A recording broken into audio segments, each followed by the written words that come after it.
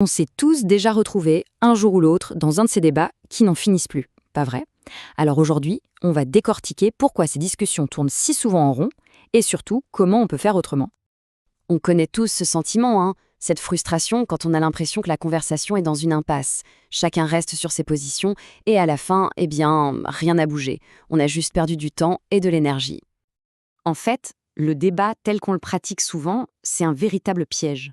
Parce que l'objectif caché, ce n'est pas de comprendre l'autre, c'est de gagner. C'est ce qu'on pourrait appeler l'état d'esprit du débatteur qui est, au fond, un peu infantile. Alors, quel est le but du jeu pour ce débatteur? C'est simple.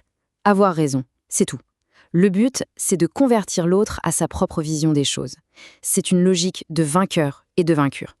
Et ce petit débatteur infantile qu'on a tous en nous, il a ses techniques. Il insiste lourdement. Il prolonge la discussion bien au-delà du raisonnable, pas pour que ça soit productif, non, juste pour avoir le dernier mot. À ce moment-là, on n'écoute plus du tout. On ne fait que préparer sa prochaine réplique. Mais la bonne nouvelle, c'est qu'il y a une autre voie possible. Une approche plus mature, qui nous mène, elle, sur le chemin de la compréhension.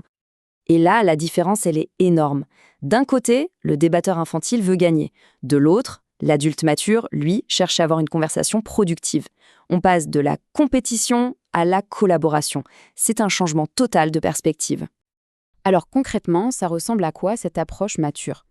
D'abord, c'est un effort sincère, un vrai effort pour essayer de comprendre l'autre.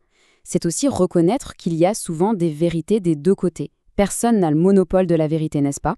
Et enfin, c'est avoir cette autodiscipline, cette sagesse de savoir quand mettre la conversation en pause ou même y mettre un terme quand elle ne mène plus nulle part. Pour que ce soit encore plus clair, il y a une analogie que je trouve parfaite, celle du puzzle. Alors voilà, imaginez, un débat classique, c'est comme deux personnes qui essaient de faire le même puzzle, mais qui passent tout leur temps à se critiquer. L'un dit « Non mais tu mets la pièce au mauvais endroit » et l'autre répond « C'est toi qui ne comprends rien !» C'est stérile et le puzzle, lui, il n'avance pas d'un pouce. Mais et si on changeait complètement les règles du jeu? S'il y avait une toute autre façon de s'y prendre? Et voilà l'alternative. Imaginez maintenant ces deux mêmes personnes, mais cette fois, elles cèdent. L'une dit « Ah, je crois que ta pièce va ici », l'autre ajoute « Bonne idée », et la mienne pourrait compléter ça. L'objectif, ce n'est plus d'avoir raison, c'est de résoudre le puzzle, ensemble. Alors la question se pose d'elle-même. Quelle approche est la plus productive, la plus utile et au fond la plus bienveillante?